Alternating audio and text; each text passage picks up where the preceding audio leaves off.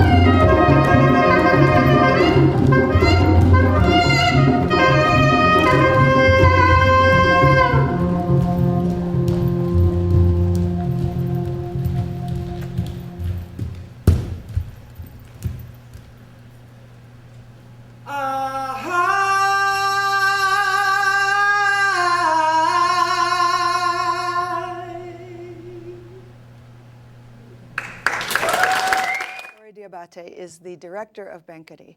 It started when somebody asked him to put together a company so that he could basically get work, because there was work coming in and there was no, there didn't seem to be any working regular company. The companies were mostly pulled together. So it seemed as at the time that African dancers were gigging, meaning if somebody got a show, they would grab some dancers and go. And so Sori's first idea was like, yes, I'll do this, but I want to have a real company. I want us to rehearse regularly, and so when we go out, we have a strong, choreography. Everybody knows it's not just thrown together, which can work beautifully because some of the African dancers are amazing improvisational dancers and soloists.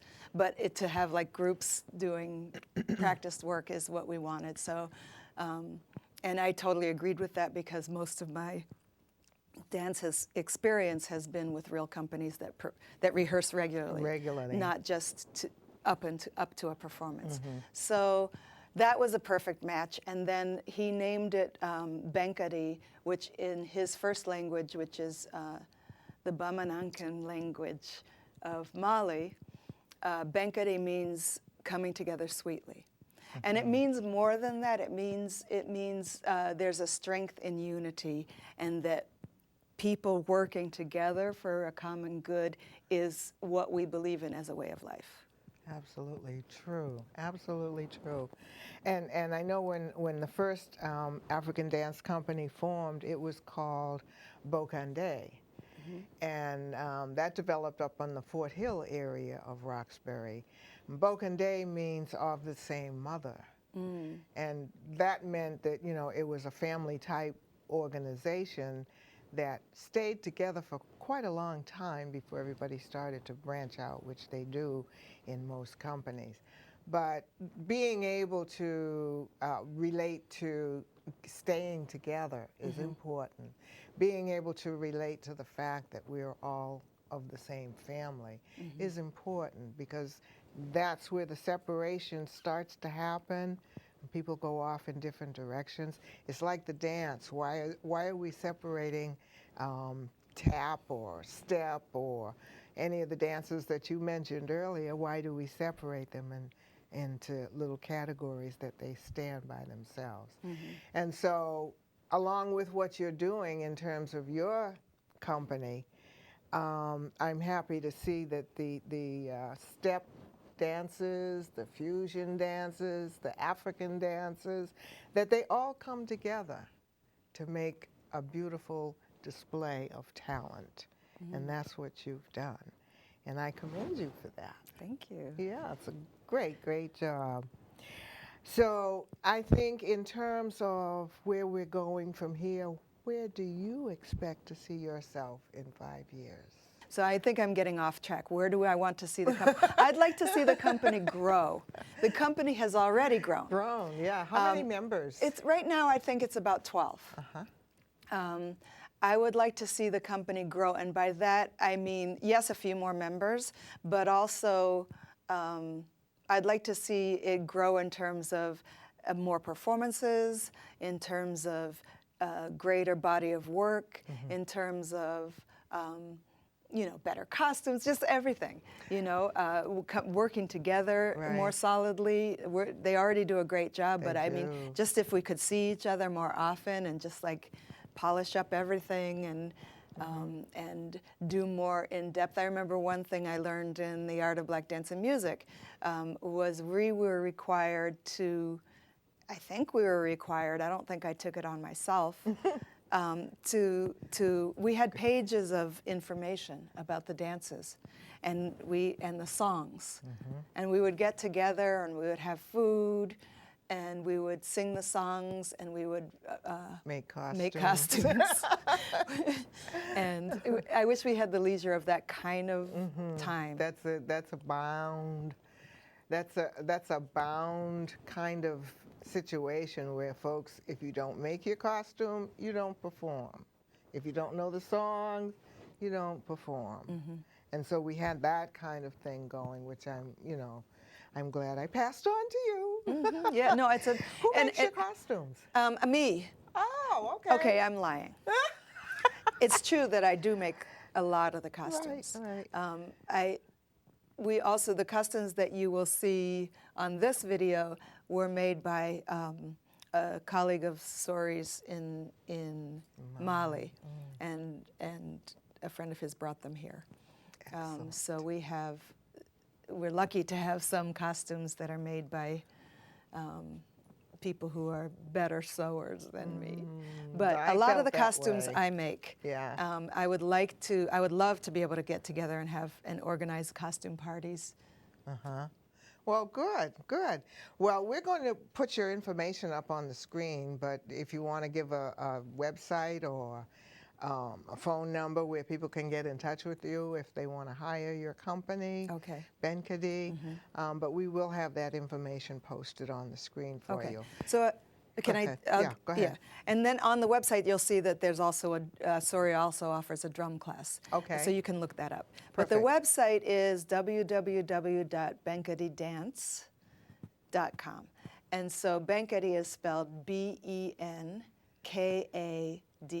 But you said you're going to put it up so people Yeah, will we're see going to it. put it up, but just so we don't leave the screen without you identifying the company and a way to reach you for future performances. Thank you very much, Marianne. Thank This was you. wonderful, and we will have you up and running very soon. So probably not in time for the September 19th. 19th.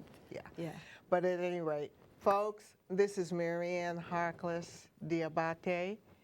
She is the assistant director of Benkadi Drum and Dance Company, and my very good friend. Thank you. Thank you for joining us. We hope you'll keep up with us because we have a legacy to put in your lap. Next time, until then, be well, be safe, and be happy. Thank you very much.